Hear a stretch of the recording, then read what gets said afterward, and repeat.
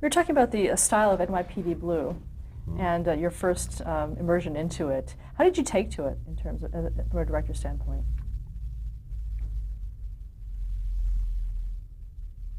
Well, it's a complicated question because it was a different process. There was the camera shooting process, which was one thing, but then there was also the rules of NYPD Blue, which was David Milch would come to every rehearsal and he would sort of supervise the rehearsal, in some cases talking to the actors about what he precisely wanted them to do, and some cases acting out precisely what he wanted them to do. And his script was so meticulously thought out that if he said, I want this dialogue in the script, and said he goes from his desk while he's saying this and he enters the coffee room, that dialogue would exactly fit that walk and talk. No more, no less. And you would know that he had meant it, and there wasn't any changing of that. If that's the way he scripted it, that's what he meant. And without him being on the set or hanging out there, I don't think he paced these things out. It was just his mind, this stuff would all work. If he said, I want people to go from downstairs to here, boom, boom, the script and out the door, he wrote exactly enough dialogue for that to happen, and no more. So it was very, very much David Milch's show. And that was interesting because I'd never been on a show that was so dominated by a writer. Fortunately for NYPD Blue, he was brilliant. You know, if he had actually been bad or spiteful, it would be terrible. But because he was brilliant, it made a big difference. He was very late. There was never a script that came on time. But when the script came, it was awesome enough that we were completely blown away by it. Did it make it hard for you to assume control on the set? Well, with NYPD Blue, David was in control, and you were a co-pilot, so you had to make sure the ship didn't crash, but you were not flying the plane. And you could think you were flying the plane, and you could pretend like you were flying the plane, but you were not flying the plane. It was his vision, and if it ended up not being his vision, you'd be reshooting it. If a cast member that was cast didn't work out, or he didn't feel the performance was right, you'd be doing that scene again, and that was that. And so I learned very quickly that in this particular case, the showrunner, David Milch, is very much the showrunner, and it's your job to be in sync with him. Fortunately, I loved what he did, and I got his style, and I got his characters, that it wasn't bending me out of shape to help create David Milch's world for him. I'm going to run through a couple of episodes with you. Is Paris Burning? Yeah, I don't really remember why that got that title. I think David was being sly. Is Paris Burning was the penultimate episode of the first season that I came. It was the second to last episode when everyone was fighting, and David was simultaneously doing Brooklyn South, and he was writing that. So he was in New York shooting Brooklyn South, the pilot for his other show, while he was writing his Paris Burning. So we were back in LA just waiting for pages to come through. And that was the scene where I had one of the most amazing moments in Blue, which was a scene which had every cast member in it he wrote halfway and then stopped. And then he had to go away to do something in Brooklyn South. And we had nothing to shoot that day but this half of scene that David had written. And it was like an argument. So we staged it and we shot it, and then we stopped. Then we played cards, we went to lunch, we read the newspaper, and then eventually, over the ticker tape, it was actually not ticker tape, over the fax machine, the rest of the scene came in. We said, okay, everybody go back to where we were. Let's go back to our places. And we're reading it for the first time, how the scene resolved itself and what else happened, and then we just filmed it. But we were such battered children at that point that wasn't highly unusual. They weren't like really super curious as to what would happen in the scene. They just figured David knew what would happen, and we'll just do what he gives us. Was that episode then titled after the No, after it was fact, always titled as Paris Burning. I don't know what he was thinking. He was just making fun of me, I think. So. All's Well That Ends Well. All's Well That Ends Well, I don't remember that episode too much, except I do remember Mos Def was in it. That's all I remember of it. It was one of the Mos Def episodes where he was a snitch. You'll remember the next one, Lost Israel Part 2. Lost Israel Part 2, I do remember that one. Lost Israel Part 2, David became obsessed with cases in the press in which very wealthy parents did very despicable things to their own families. And he thought that was one of the most heinous crimes that could be committed. And the character Bobby Simone, who's played by Jimmy Smits, had a particular bug up his ass about crimes against children. It just made him crazy. And he always wanted to get the perpetrators of crimes against children, which is something that I share with him. So that made it easy to get into. So David wrote one of the most heinous stories imaginable, in which a millionaire molests and murders his own son and pins it on this homeless man who cannot speak. He takes his son's bloody clothes and he puts them in the homeless man's place, and he leads them to it, and he tries to pin this murder on Israel, who was this black, deaf, or I think it was mute, not deaf, man, and he thought he could get away with it. Now we know, as does Bobby Simone, that this guy didn't do it from the get-go. We know what Bobby Simone did, that probably, although we don't have the evidence, the father looks like he's the one who did it. But the father's lawyered up, and the father's wealthy, and the wife is saying nothing. And so in the course of the first episode, Lost Israel Part 1, we didn't know it was going to be Part 1. We thought it was just going to be the story. That was going to be it. David couldn't complete the story in time. He couldn't break the family. Our detectives, he felt, couldn't really do it in one day. And FYI, NYPD Blue, by and large, each episode was in one day. That was the conceit. Occasionally, later on, they broke that up. But in David's time, he tried to be really Aristotelian about it, and every episode would take place in a single day. So he felt that that was unbelievable. And so he said, I'm going to have to go to next week. And he told ABC that, and ABC said, fine, because we think this is a great story. So then he started writing next week, in which he started the episode with Israel, the homeless man, hanging himself in the custody of our detectives. So immediately the suspect is now dead, and some people think it's over, and some people think it's just begun. And Bobby Simone is one of those people who thinks it's just begun, and he starts going after the father and going after the father, and he can't get the father pinned down. Meanwhile, Kim Delaney's going after the mother, and the mother finally is just shivering and ready to break, and she knows something's happened in the house, and it was just like really compelling for the two of them. And they twist them very slowly, and it ended up being 90 minutes. That episode, when we finally break the father and get him to confess, it ended up being, I think, 62 minutes of screen time. And we didn't want to cut it. So we gave it to ABC and we said, this is the show. We've directed it. Tell me it's not compelling because it's killing us. And they said, we're going to put it on for an hour and a half. So they started the show at 9:30, and that was the first of 4 episodes that I directed at NYPD Blue that were 90 minutes long. Actually, they started at 9:30 and it ended at 11 when they finally did squeeze this father, and Satisfaction was finally done. So it was like one of the most amazing things. I mean, it was such a dark crime, and it was so beautifully done. And one of the things, I left this out. One of the things that made Lost Israel amazing is Israel kept pointing to passages in the Bible to express himself through the episode when he was alive. He would open up this dirty Bible that he had, and he'd point to phrases, and it was unclear, and this is why David's so brilliant, whether he meant to point to those specific phrases or whether they were just arbitrary. But Sipowicz kept being obsessed with the things he would point to and trying to find significance between those particular passages and what was happening, what Israel was trying to tell him. And so it ends with Sipowicz reading the Bible in this last little scene and reading the last passage that Israel had pointed to and trying to figure it out. And it's very unclear. It's not written like TV would have been in the 70s where you see, oh, that passage meant this. It's very, I don't know. What did that mean? Was he trying to tell him something? I don't know. And that's how the show ended, which was awesome. So that show did very well for NYPD Blue and for me. And you won an Emmy for it. I did. I won the Emmy that year. Actually, it was kind of funny because I tied for the Emmy that year with my then boss, Mark Tinker, who directed the pilot of Brooklyn South. And so we were both nominated for the Emmys, which was exciting because, you know, he was the executive producer and I was supervising producer at NYPD Blue. He was nominated for Brooklyn South. I was nominated for NYPD Blue. We went to the Emmys, and Roma Downing, is that her name? From Touched by an Angel, that girl. Anyway, she was reading it, and she said, she opens up the envelope and she says, oh, there's a tie in this category. A tie? There's hardly ever a tie. This is like Barbra Streisand at the Oscars. There's a tie in this category. The first Emmy goes to Mark Tinker for Brooklyn South. I can't do her accent because I'm terrible with accents.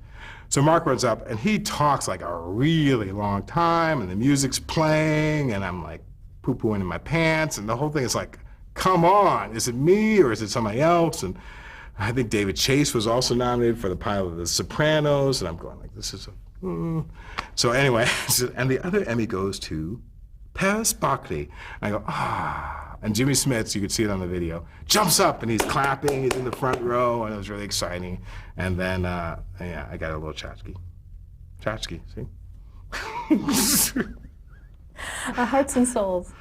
Yeah, well, you think it would be all over then. That would be a great ending. But then, like, the next year, David Milch goes crazy and says, well, Jimmy Smits is dying. He's no longer going to be on the show. We'll make him die over 6 episodes. But when he actually dies, we're going to do a very special Jimmy Smits Dies episode. It was episode 6 of our season. So I said, great. Mark, when Mark and I were sitting there talking about who should direct once, you should direct Jimmy's last episode. And he said, yeah, I probably should. He's always exhausted. So Mark's assigned to do that, and I'm doing the next episode after that. But then it was decided that Rick Schroeder would come on and replace him, and he would join the squad in the next episode. And so Steven said, I think Mark should be there for Rick Schroeder. I want Mark to introduce Rick Schroeder. I want him to be the director, which means, Paris, you have to do Jimmy's last episode, which I did not want to do because I love Jimmy Smits, and I knew it was going to be a killer emotionally. And so I said, can I get out of this? Can I just switch? I mean, I'm going to be good with Ricky Schroeder too. I know he's not Ricky anymore, but I could do that. So it was decided by Mr. Bochco that that's the way it would be. So I got what I thought was the short straw, and it would be Jimmy Smits' final episode. Nick Wooten wrote the original draft of it. I cried my eyes out when I read it. It broke the form of the show quite a bit. He had a fantasy, his last few moments. He went back in time, and he was hearing himself and his old teacher talking. It did all these strange things the show had never done before. And then David refined it, and I just said, I don't know if I can get through this. I mean, I don't know if I can get the crew through this. Everyone loved Jimmy Smits, you know, and we did the last days in the hospital when he actually died with the last couple of days of the shooting. And it was really, really hard. And each member of the crew had to come in and say goodbye to him. And I'm telling you, trying to get them not to be bawling was my major goal. And I'm sitting by the monitor. I had to be moved to another room down in the faux hospital because they said, you're making too much noise, Paris. I said, I know, I'm trying not to make noise and I'm not helping anybody. And so just trying to contain the emotion was my biggest struggle in that whole thing. And we changed the style of the shooting of the show too. We didn't do the jiggly cam that episode. We said, you know what, we'll move a little bit, but let's just be still for a little bit. Let's just hang on. Let's just watch this happen. This is a guy dying. This is like this is the last hour of his life, is what this episode was. And David was adamant about saying, I don't want a television death. I want to take you through death. Just like when you die, when your parents die and you see them in the hospital, I want to present that in its unpleasantness and its truth. That made it quite challenging. So we bawled our eyes out. Jimmy died, and beautifully, I might add. And then in one take, just as he looks up to Kim Delaney, one tear just came out of his eye. His eyes were wide open. He looks up to her, and one tear falls out of his eye. We don't put it in there with like stuff or anything. It's just like he looked at her, one tear came out of his eye, and he closed his eye. And that's what's in the movie now. It's the second to last shot of the movie, and it kills you. And then I came up with the idea. I said, let's fade to white, because I don't want to fade to black on Jimmy's death. And, you know, the show had never faded to white. It always faded to black to show the credit of Steven Bochco and David Milch, the executive producer credit. And so we always agreed it'd be worth it. So as Jimmy lay there, it just to white, and the credits came up, and we all went, so exhausted. So actually, you know what? That was the year that Hearts and Souls was up against the pilot of The Sopranos in terms of the Emmys, and Hearts and Souls won. Talk a little bit about being a producer on the show as well. Well, that was the fun time because we were in every casting session. We were supervising all the directors. Mark was sort of the overseer of David, basically really tried to keep the wheels on the train. I was dealing largely with the cast and with publicity and with the directors themselves, and it was, you know, one of the best jobs in television I've ever had. I mean, we'd see Steven, you know, for major casting, and he would look at every cut and give notes and was brilliant in that. And to me, it was like my education on how to produce a show, dealing with the budget, you know, dealing with the network, which is rare. Because in NYPD Blue, the network was somewhat removed from the production of it by Steven's request because he really wanted to have control over it. So that's how I learned that this is what producing a show is like. I mean, we hired and fired people. We had to change DPs at one point in the show. Those are the things we did. You spent a lot of time in post-production as well? I didn't spend so much time in post-production because David pretty much edited the shows. I mean, the editors would do them. If I was the director of an episode, I would go through it, but David would lock the show. And sometimes he would lock the show only by using, you know, a lot of additional ADR in which he would record people's lines and change them and rewrite them. So he pretty much was the master of the editing. Why did you ultimately leave the show? I didn't actually leave the show. Steve Barclay gave me a better job. He had an idea for a medical drama called City of Angels, and he asked me to join him in creating it. So I thought, well, I think I'll do that. So he and I and Nick Wooten, who was also an NYPD Blue, spent several months creating City of Angels, the medical drama, together. So that's what evolved out of that. And can you describe that series? City of Angels was, as we often said, the first African-American cast, completely African-American cast. I think there was one white guy in a small role, maybe two, drama on the networks. And the whole idea of it was that we would take a hospital here in Los Angeles, a fictitious hospital, and show you, basically a minority cast doing what a majority cast does. And Stephen was very adamant about making sure that the stars were minorities and this would tell compelling stories, but from that perspective. And how did you go about in terms of the look and the feel of the show? Well, I made a lot of mistakes in the look of the feel of the show. I guess I thought that we were really ready for something that was more realistic and gritty than we were. Probably if I had to do it all over again, I would have made it much slicker. I would have made it much more like The West Wing, because that was really the era of The West Wing taking off. Instead, I made it look more like The Shield, where the hospital was really the kind of yellow that a hospital would be and tawdry. And it wasn't that inviting a place, and I don't think that was the right idea. I think that, on top of the cast, made it too difficult for the audience to get into it. I probably should have done it glitzier and slicker in a way. It probably would have been to its benefit. And how did the fact that it was a minority cast and kind of groundbreaking in its own way affect the show? Well, we made so much of it, thinking that that would help promote it, that I think it actually ended up limiting the audience. We probably should have just presented it as a medical drama in this particular locale and not made it such a big deal, because by the time it came out of the gate, it probably sounded like it was a show just for black people, which was never the intention. It was a show for everybody, in which the cast just happened to be largely African American. So, that was probably not the best plan of attack we had. And the crew itself, was the crew also? That was the good thing about it. I think the crew was 75% minorities and women, which had never been done and probably hasn't been done since on a network television show. We just made it our goal. We said, this is going to be the time, since black and white television, I haven't really been able to do it. This is going to be my excuse. We're going to be able to get a lot of people of color, and not exclusively, of course. We're not going to get crazy about it, but we're going to interview people, and we're going to find qualified people who are underutilized and can work with the show. We ended up with a great crew for that show. Let's talk a little about The West Wing. You some work on that? Love The West Wing. Well, the first season I didn't do any episodes. I just was a fan. I just watched it. The second season I was invited to come and do an episode called The Portland Trip, which I thought, you get a slot. It's The West Wing. The show was already, quite established. But my show was like all on a plane. It's like, it was like hardly at the White House at all. I was so disappointed. But it turned out to be really, really interesting, because it's all about what the president has to do in Air Force One and how that works and the meetings that have to happen and all this other stuff. So it ended up actually being really cool, although it was somewhat disappointing. And then I did one episode each year, and for each of the 3 episodes I did, I got a DGA nomination for them. And it was really somewhat unusual, because those are the only episodes I did, and I was nominated for the DGA and once for the Emmy for The West Wing, but they were the only shows I ever did of it. I think if I had done more, I don't know, I might have won or something. Did you want to do more? I would have wanted to do more. I think it became more, they had 2 producing directors there and very few slots in the end. Each producing director did 5+ shows a season, so it became more and more about those people doing it. Let's talk about a few other series. Fastlane. The short-lived McGee series called Fastlane. Fastlane was a show about cars and guns and girls and colors and slow-motion bullets flying through the air and motorcycles and lesbians kissing for the entertainment of straight men. And that's basically what it was. And a lot of eye candy. And I kind of loved it, actually. It was such a distraction after actually having to think about things. I've been doing a lot of shows where you thought about stuff and there was acting. Fastlane was really just about, let's get this motorcycle to shine.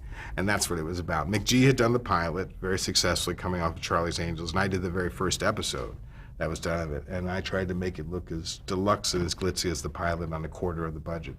And I actually did 2 episodes of it. It was a lot of fun, although, it was empty calories. but after, there's only so much, you can have of heavy duty stuff. American Dreams. I love that show. American Dreams, it was set in 1960, I think my episode was set in 66 or 67.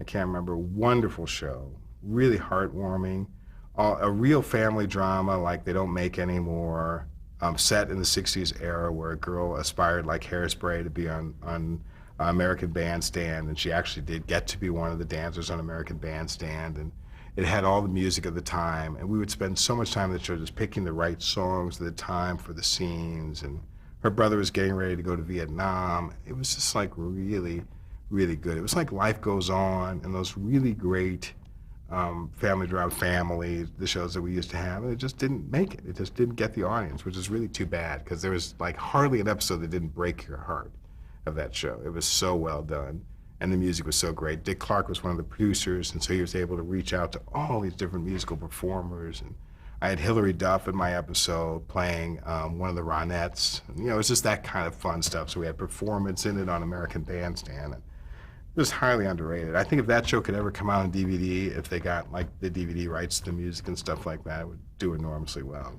It's a great family entertainment. We're talking about shooting time periods. Cold Case is another one. The Cold Case, I call it. Yeah, I've done about 8 episodes of Cold Case. Cold Case is a highly unusual procedural in that half the show is unique every time. The regular cast members, the detectives, do only 4 days of shooting. They're investigating a crime, and then there's 4 days in which you create a totally different look for a completely different period with a completely different cast of characters, telling the story of the murder that's revealed slowly over the course of the hour. So it's always a challenge. I keep thinking I'm going to run out of tricks when I go to Cold Case to do different times. I mean, I've done a grubby 1968. I've done a guy just 2 years ago near death in virtually all white worlds and all white sets. And it's just really magnificent. I did the Negro Leagues, and I did it sort of like The Coloring of Mama Said Knock You Out. And, it's really, really challenging and very, very fun to do. Huff? Huff, not so fun. Not so much fun, no. Huff was, what was Huff? That was who was that? That's Showtime? I can't even remember anymore. Yes. Showtime? Huff was a show that was about a therapist, my first of 2 therapy shows, played by Hank Azaria, who's kind of cool, and his friend Oliver Platt, who's a lawyer, and Blythe Danner played his mother, which I just couldn't figure out how Blythe Danner was Hank Azaria's mother, but that's neither here nor there. But it was trying to be a lot of things at once, and I think it was kind of got caught between the cracks. I didn't really have a great time with them. It was very stressful. Law and Order? Law and Order, you always have a great time with. I mean, I only did 1 episode because I'm basically a West Coast director, and that's an East Coast show, but they did bring me out to do 1 episode. And I was in the period of Dennis Farina, because you have to think of who your cast is at that time. It was Dennis Farina and who's still on it, who was also in Rent. Now I've forgotten his name. But anyway, and that was, just a lot of fun. You get to go to anywhere you want in New York. New York opens itself up for Law and Order because it's brought so much to the economy. It's a great show to shoot, and I really enjoyed that show. It's very, very heavy moving, heavy page count, and a lot of fun. Do you enjoy shooting on location? Especially New York, yes. But not so much Toronto. But New York, I love shooting in New York. What makes it so fun? Well, I lived in New York when I was back in the advertising days for 12 years, and it's just going back to New York and having a film crew with you and being able to pick your streets and look at it through the eye of a lens. It makes you feel like Martin Scorsese no matter what you're doing. It's just like a great city to shoot. The show House. Yes, brilliant. That's all you're going to say? Well, I had a really hard show. I mean, this was the only episode I've ever done. It actually won the Emmy last season for writing, but not for directing. I didn't even get a nomination. But that's neither here nor there. It was extremely complicated. David Shore, who was the creator of the show, wrote an episode that was back and forth in time, in which House is actually lecturing for 21 pages, and within the lecture tells a story of 3 different people with problems that eventually merge, and they start crossing each other, and then they become him. And then you see, oh, that's why House limps, and that's why House takes his drugs. It developed into all of that. And so it was an extremely daring and complicated show to shoot. And fortunately, I got along great with David Shore, and after 3 or 4 days of him explaining the script patiently to me, I understood what he had written, and then I was able to execute it and keep it really simple and keep it really clean. So it worked out really well for him. And directing you, Laurie? Hugh Laurie's fantastic. I mean, he's mostly concerned about his accent not being good, and it's magnificent. So, I mean, the acting is so easy for him. He's just worried about the accent because he is, he's not actually House, but he can put on the House persona like you'd put on a really comfortable sweater. But he is, that didn't sound very American, did it? And you go, Hugh, that was fantastic. I've been American all my life. You sound great. So he's awesome. I'd love to direct him in a comedy, actually. That would be worth it. Dirt. I did 2 episodes of that back to back. That was a very difficult show to do because it was new, and those were some of the first 2 episodes that were done. I think I did like the episode 2 and 3 or 3 and 4. And so it was still finding what it was going to be. Later on, the series actually figured out what it was going to be, but it's tawdry. You really wanted to take a shower after every episode. After every episode, Courtney Cox was wonderful in the show. And, it's going to be on for another season, so God bless it. Lost. This is word association. That's not something I'd do again. Okay, do I leave it at that, or? No. Lost is, I love the show. I'd always watch the show, but once again, you're at the mercy of the script that you get. And in my case, I got a script that had very few of the characters that I really related to and loved. I mean, I'm very partial to Terry O'Quinn. I'm very partial to Naveen Andrews. I think it's Naveen Andrews. And those characters, the characters they play, I think are so magnificent. And it just so happened that the script that I got, they were not in. So I was dealing with, some of the characters that I wasn't as enthralled with doing a story that didn't matter that much to me. And I don't think I did my best work because of it. Again, also because it was so mysterious in terms of the grander story arcs. Did that help or hinder you? It really hindered me. The mystery was never revealed to me. I mean, the mystery of the past was never revealed to me, so I never really fully understood what I was doing. And of course, I lost. It got better through the rest of that season and pulled itself together again. I think it ended the last season pretty well, and I hope that this season will be great because I'll be watching it anyway because I'm kind of hooked in the whole thing. CSI. CSI, great show. Talk about, you're actually... A lot of scenes, wow. Yeah, I just finished an episode that's going to air this Thanksgiving. I mean, it's like, there's 114 scenes in my script, and it's going to be only 42 minutes long. Do the math. I mean, it's a lot of scenes, and each scene has to be at least 1 shot, sometimes more than that, because people are actually talking in it, and there's coverage required. So it's really, you really have to run and gun in that show. But the good news is it's fascinating, and I actually got a comedy. I got CSI's first comedy episode ever, which is funny from beginning to end, and no one really dies. So it'll be unusual. It'll be interesting to see how the fans relate to it. It's truly funny, a little heartwarming, no real deaths, just fictitious deaths. It was in suspense. We'll see. Thanksgiving, be there. What is your process in general for directing once you have the script? Well, I read it.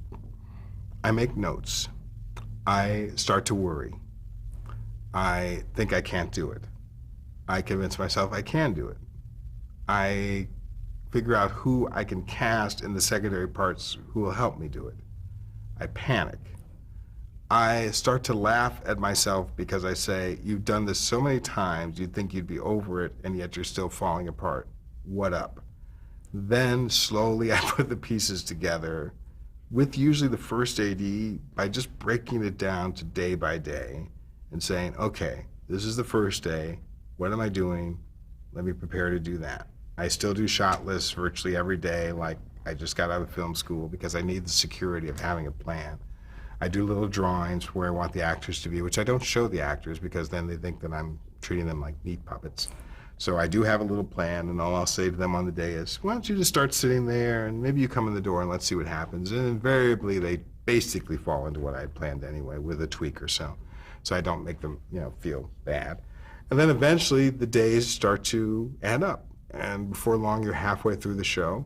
And mostly there haven't been very many disasters, and the dailies are really good, and it's consistent, and you're starting to accomplish what you want, and you feel like you're over the hump. And about halfway through is when I think that I can actually do the episode again. So, wow, okay, this is going to work out. Until then, like the night before I first start shooting, I'm like Steven Spielberg. I have a terrible night's sleep. I panic. It's not panic. I just can't sleep. I just start jumping up and down and bouncing, and I just think it's all going to fall apart. And then, eventually it's done, and you're really, really happy and relieved. I mean, I just finished an episode of CSI that was very challenging, but the day after it was done, I was saying to myself, that's going to be really, really good. And bit by bit, you just jump over the mountain, and then it's all done. Let's stop to change the tape.